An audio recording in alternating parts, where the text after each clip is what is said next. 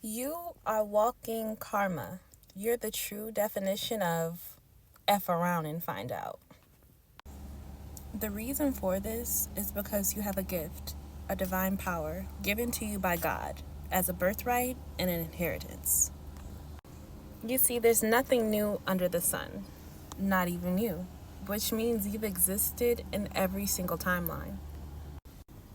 You are alive during the days of Noah. You are alive during slavery. You are alive when the 12 tribes of Israel were together and fortified. And the same adversaries you have now are the same adversaries you had back then on those different timelines. When people choose to come against you, it's deeper than the actual affliction at hand. Some of these people are descendants of Judas. Some of them are even descendants of Pharaoh. Nothing new under the sun. The Most High has given these people chances to break generational curses and to take a different path than they may have taken in the past. A lot of them have picked up the call, but sad to say, majority of them have refused. And seeing you stand boldly in your calling and fulfilling what you came here to do irritates these people, and it also irritates the legion of demons that have body hacked them. They refuse to repent and they refuse to heal, yet they still want all the benefits. These narcissists are all about shortcuts. They know nothing about enduring until the end. So what do? They come up with ways to try to steal your God-given light. Isn't that crazy?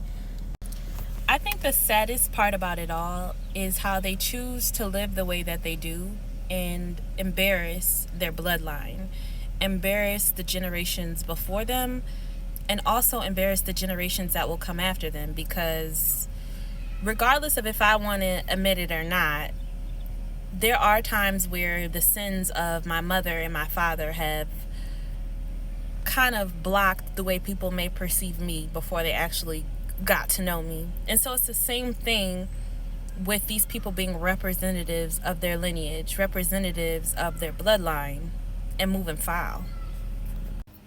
Knowing what I know now, I would be so embarrassed to see my grandchild or even my child causing trouble to a chosen vessel of God, or purposely causing hindrance, street theater, conflict for a chosen vessel. Man. Chosen ones, because of you, many generations to come won't have to deal with toxic patterns and traditions that you may have had to deal with. You're literally laying down a blueprint for spiritual freedom and financial freedom.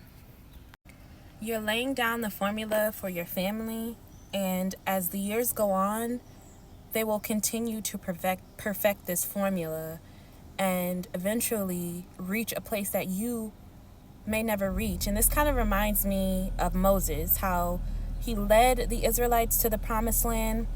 He wasn't quite able to reach the promised land himself, but the footwork that he put in allowed generations to come to be able to experience that land of milk and honey. God sends you in certain places as a last call, basically saying, okay, I'm sending my chosen one up in here. Who's gonna act up? Who's gonna act right? Surely if he punishes those who hurt you, how much more will he bless those who help you? You're walking karma. Whatever they put into you, that's what they're gonna get back, whether it be now or later. So they can go ahead and set these toxic blueprints for themselves, for their children, for their grandchildren, for their whole bloodline.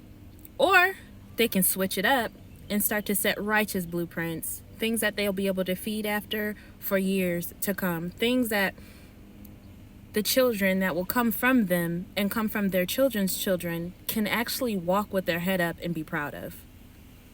I love you guys. This is the end of the message. Shalom.